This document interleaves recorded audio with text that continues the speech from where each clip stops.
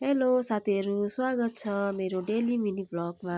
आज पनि मैले छोटो भिडियो लिएर तपाईँहरू सामु आइसकेको छु। हेरेर प्रतिक्रिया दिनुहोला।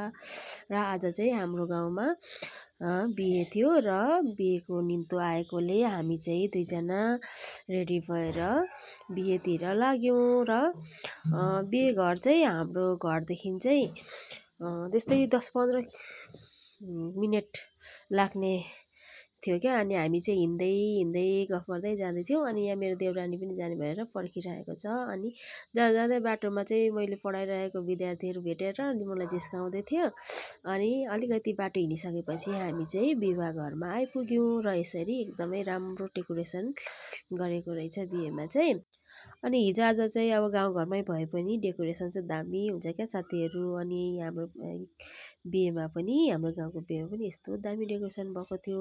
अनि अहिले चाहिँ बिहेमा चाहिँ हाम्रो मिस पनि भेट्यौँ। अनि मिसले चाहिँ तर खाइसक्नु भएको रहेछ। अनि हामीलाई चाहिँ पर्खिरहनु भएको थियो। अनि के अरे खानेकुराहरू चाहिँ दामी दामी थियो क्या साथीहरू। हेर्नु न बुनिया होइन फिङ्गर। तर अलिक हामी चाहिँ ढिलो ढिलो गएकोले खानेकुरा चाहिँ अलिक सकिन लागेको थियो क्या साथीहरू। पकौडाहरू चाहिँ मजाले खानै पाइनौँ क्या हामीले। कस्तो मिठो थियो, थोरै थोरै धुलो मात्रै खायौँ। अनि पानीपुरीको पनि व्यवस्था रहेछ क्या।